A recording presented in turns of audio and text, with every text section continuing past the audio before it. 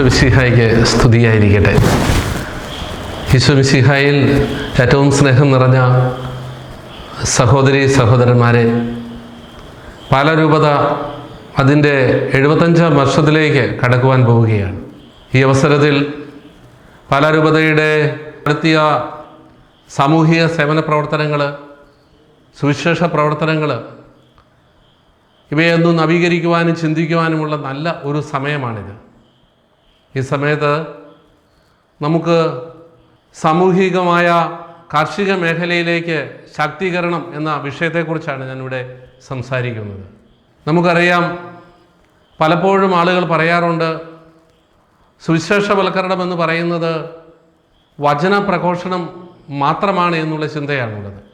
എന്നാൽ വചനപ്രഘോഷണമാണ് കൃഷിയും, വചനപ്രഘോഷണമാണ് സാമൂഹിക സേവനവും, വചനപ്രഘോഷണമാണ് നല്ല ജീവിതവും എന്നൊക്കെ നമ്മൾ ഓരോരുത്തരും അറിഞ്ഞിരിക്കേണ്ടതുണ്ട്. ഈ വചന പ്രഘോഷണം എപ്രകാരം കാർഷിക മേഖലയിലൂടെ കടന്നു പോകുന്നുവെന്ന് നമുക്കിപ്പോൾ ചിന്തിക്കാം. നമ്മുടെ മാതാപിതാക്കൾ, നമ്മുടെ കുടുംബങ്ങൾ കൂടുതലും കാർഷിക മേഖലയിലാണ് ജീവിക്കുന്നത്. ഈശോമിശിഹ കൃഷിയെ സ്നേഹിക്കുകയും വിത്തും വയലും വിളവുകളും കൊയ്ത്തും എല്ലാം ഈശോമിശിഹായുടെ ചിന്തയിലൂടെ എപ്പോഴും കടന്നു പോകുന്ന ഒരു കാര്യമാണ്. തന്നെയുമല്ല, അവിടുന്ന് ആട്ടിടയന്മാരും കർഷകരും ഈശോ തന്നെ മുന്തിരിവള്ളിയാണെന്ന് അവിടുന്ന് തെളിയിച്ചിരിക്കുകയാണ്. അത്രമാത്രം കൃഷിയോട് അവിടുന്ന് ചേർന്ന് ചിന്തിക്കുന്നു. ഈ ഭൂമിയോട് അവിടുന്ന് ചേർന്ന് ചിന്തിക്കുന്നു. ഈ ഭൂമിയും ഈ ജീവജാലങ്ങളും എല്ലാം അവിടുന്ന് നമുക്ക് നൽകിയ വലിയ സമ്പത്തുകളാണ്. ഇവയെ സ്നേഹിക്കുകയും അവയെ വളർത്തുകയും ചെയ്യുമ്പോഴാണ് യഥാർത്ഥ സുവിശേഷവൽക്കരണം സാധ്യമാകുന്നത്.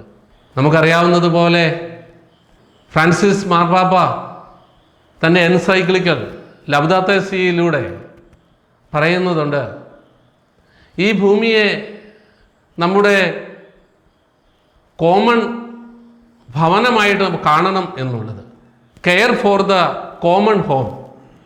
ഭൂമിയെ വിശേഷിപ്പിച്ചിരിക്കുന്നത് നമ്മുടെ എല്ലാവരുടെയും ഭവനം എന്നാണ്. ഒന്നാമതായി നമ്മൾ ശ്രദ്ധിക്കേണ്ടത്, നമ്മൾ ജീവിക്കുന്ന ഈ ഭവനത്തെ നമ്മൾ എപ്രകാരം പരിഗണിക്കുന്നു. നമ്മുടെ ചുറ്റുപാട് നോക്കുക. ഓരോരുത്തരും അവരവരുടെ സ്വാർത്ഥത പൂർത്തീകരണത്തിൻ്റെ ഭാഗമായി ഭൂമിയെ ഒരു ഉപഭോഗ വസ്തുവായിട്ട് കണക്കാക്കുകയാണ്. ഈ ഭൂമിയെയും ഈ ഭൂമിയിലെ ജീവജാലങ്ങളെയും ദൈവത്തിൻ്റെ ദാനമായിട്ട് കാണുമ്പോൾ മാത്രമാണ് യഥാർത്ഥ സുവിശേഷവൽക്കരണം നമ്മളിലൂടെ സാധ്യമാകുന്നത്. ഈ ഭൂമിയെ സ്നേഹിക്കാനും ഈ ഭൂമിയിലുള്ളതെല്ലാം ദൈവത്തിൻ്റെ ദാനമാണെന്ന് കാണാനും അവയെ പരിപോഷിപ്പിക്കാനും നമ്മൾ ശ്രദ്ധിക്കുമ്പോഴാണ് യഥാർത്ഥ ശാക്തീകരണം നമ്മളിലൂടെ സാധ്യമാകുന്നത്. ഒന്നാമതായി നമ്മൾ ചെയ്യേണ്ടത്, ഈ ഭൂമി വിഷവിമുക്തമാക്കുക എന്നുള്ളതാണ്. ഈ ഭൂമിയോട് ചെയ്യുന്ന താണ്ഡവങ്ങൾ ഓരോന്നും ഇല്ലാതാക്കാൻ നമ്മൾ പരിശ്രമിക്കുക. ഈ ഭൂമി അത് മലിനവൽക്കരിക്കുന്നതിനെതിരെ നമ്മൾ തീരുമാനമെടുക്കുക. ഓരോ കുടുംബങ്ങളും അതിൻ്റെ പ്രവൃത്തിയിലേക്ക് കടന്നു പോകുമ്പോൾ യഥാർത്ഥമായ സുവിശേഷവൽക്കരണമാണ് അവിടെ സംഭവിക്കുക. പാലാരൂപത സോഷ്യൽ വെൽഫെയർ സൊസൈറ്റി ആ സുവിശേഷവൽക്കരണ പ്രവൃത്തിയിലൂടെയാണ് ഇപ്പോൾ കടന്നുപോയിക്കൊണ്ടിരിക്കുന്നത്.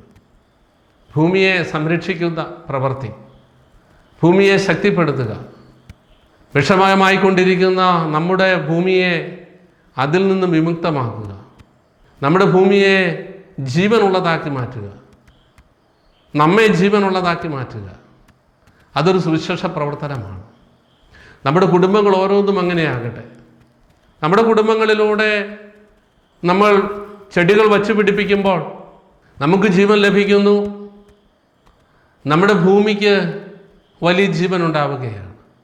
നമ്മുടെ കുടുംബങ്ങളിൽ ആഹാര വസ്തുക്കൾ നമ്മൾ തന്നെ ഉണ്ടാക്കിയെടുക്കുമ്പോൾ നമ്മൾക്ക് ജീവൻ ഉണ്ടാകുന്നത് പോലെ ആ സുവിശേഷ പ്രവർത്തനത്തിന് നമ്മൾ കൂട്ടുനിൽക്കുകയുമാണ്.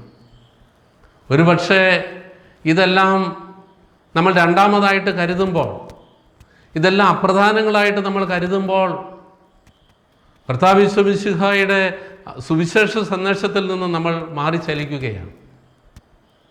നമുക്ക് പോരാടാം. നമ്മുടെ കാരണവന്മാരിലേക്ക് നമുക്ക് തിരിച്ചു നോക്കാം. പഴയകാല കുടുംബങ്ങളൊക്കെ ഒന്ന് പരിശോധിച്ച് നോക്കാം. എത്ര നല്ല കഠിനാധ്വാനികളായിരുന്നു നമ്മുടെ കാരണവന്മാർ. അവരെത്രമാത്രം അവരുടെ ഭൂമിയെ ഭൂമിയിൽ അധ്വാനിച്ചുകൊണ്ട് അവരതിനെ പരിപോഷിച്ചു വന്നിരുന്നു. ആ ഒരു ശൈലിയിലേക്ക് നമ്മൾ തിരിച്ചു പോകുമ്പോൾ നമ്മൾ ദൈവിക കൽപ്പനകളെ നിറവേറ്റുന്നു, നമ്മളുടെ ആരോഗ്യത്തെ തിരിച്ചെടുക്കുകയാണ്. ഈ കഴിഞ്ഞ ദിവസം നമ്മളുടെ ഒരു ഫൊറോനയിൽ ഒരു സൗജന്യ ക്യാൻസർ പരിശോധന ക്യാമ്പ് സംഘടിപ്പിക്കുകയുണ്ടായി. ആ ക്യാൻസർ പരിശോധന ക്യാമ്പിൽ ഏതാണ്ട് 10-50 പേരെ പങ്കെടുത്തുള്ളൂ. പക്ഷേ ആ പങ്കെടുത്തവരിൽ 7ഓളം പേർക്ക് ക്യാൻസറിൻ്റെ ലക്ഷണങ്ങൾ കാണുകയുണ്ടായി. വിഷമയമായി കൊണ്ടിരിക്കുന്ന ഈ ലോകത്തിൻ്റെ ഒരു ഉദാഹരണമാണത്. ഇതെല്ലാവരിലേക്കും പടർന്നുകൊണ്ടിരിക്കുകയാണ്. അപ്പോൾ നമുക്ക് ലഭിച്ചിരിക്കുന്ന ആ ദൈവിക സന്ദേശം ഈ ഭൂമിയെ സ്നേഹിക്കുവാനും ജീവനുള്ളതാക്കുവാനും നമ്മുടെ ഉത്തരവാദിത്തമാണ് അത് കാണിക്കുന്നത്. മനുഷ്യൻ്റെ ആരോഗ്യം തിരികെ വീണ്ടെടുക്കണമെന്നുണ്ടെങ്കിൽ നമുക്ക് പഴമയിലേക്ക് കടന്നു പോകണം. ഓരോ കുടുംബവും അവർക്ക് വേണ്ടത് ഉൽപ്പാദിപ്പിക്കുന്ന കേന്ദ്രങ്ങളായി മാറണം. ഓരോ കുടുംബത്തിലും തങ്ങൾ ഉൽപ്പാദിപ്പിക്കുന്നവ ഭക്ഷിക്കുന്നവരായി മാറണം. അപ്പോഴാണ് യഥാർത്ഥമായ ആരോഗ്യവും യഥാർത്ഥമായ ഭൂമിയെ സ്നേഹിക്കലും ക്രിസ്തുവിൻ്റെ അധ്വാനിച്ച് നീ ഭക്ഷിക്കുക എന്നുള്ളതിനോട് ചേരുകയും ചെയ്യുന്നത്. പലപ്പോഴും ആളുകൾ ചിന്തിക്കുന്നത് വൈറ്റ് കോളർ ഇട്ട ജോലി ചെയ്യുന്നതാണ് യഥാർത്ഥ ജോലി എന്ന് കരുതുന്നു. ചിലർ ചിന്തിക്കും വലിയ വരുമാനം ഉണ്ടാക്കുന്നതാണ് യഥാർത്ഥ ജോലി എന്ന് ചിന്തിക്കും.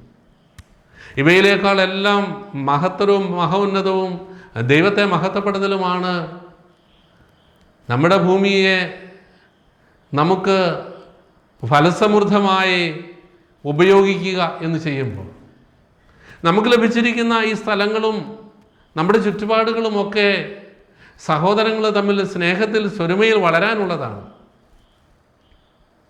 സഹോദരങ്ങളെ തമ്മിൽ ഒരു കൂട്ടായ്മയിലേക്ക് കൊണ്ടുവരാനുള്ളതാണ്.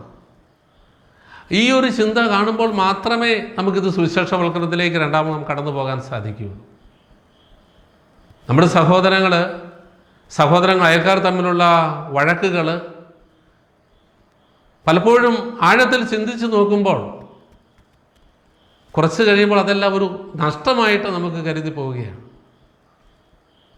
അതെല്ലാം കൂട്ടായ്മയിലേക്ക് വളരാനും എൻ്റെ ദൈവത്തോടുള്ള എൻ്റെ യാത്രയിലേക്ക് എന്നെ സഹായിക്കുമെന്നാണ് അവരെന്ന് മനസ്സിലാക്കാനും നമ്മൾ പ്രവർത്തിക്കുമ്പോൾ യഥാർത്ഥ ശാക്തീകരണം നമ്മിലൂടെ സംഭവിക്കുകയാണ്. പ്രിയപ്പെട്ടവരെ, നമുക്ക് ലഭിച്ചിരിക്കുന്ന ഈ ഭൂമി, താൽക്കാലിക വാസ്തവികമായ ഈ ഭൂമിയെ ജീവനുള്ളതാക്കാൻ നമുക്ക് ഓരോരുത്തർക്കും ഈ വർഷം നമുക്ക് പരിശ്രമിക്കാം. ചെടികൾ വെച്ച് പിടിപ്പിച്ചുകൊണ്ട്, നമുക്ക് വേണ്ട ആവശ്യമായ ഭക്ഷണങ്ങൾ ഇതിൽ ഉൽപ്പാദിപ്പിച്ചുകൊണ്ട്, നമ്മുടെ സഹോദരങ്ങൾ ഈ കൂട്ടായ്മയിലേക്ക് കൊണ്ടുവന്നുകൊണ്ട്, ഞാനും എന്നോടൊപ്പം എൻ്റെ സഹോദരങ്ങളും വളർന്നുകൊണ്ട് നമുക്ക് ലഭിച്ചിരിക്കുന്ന ഈ ഭൂമിയെ ജീവനുള്ളതാക്കി മാറ്റാൻ നമുക്ക് പരിശ്രമിക്കാം.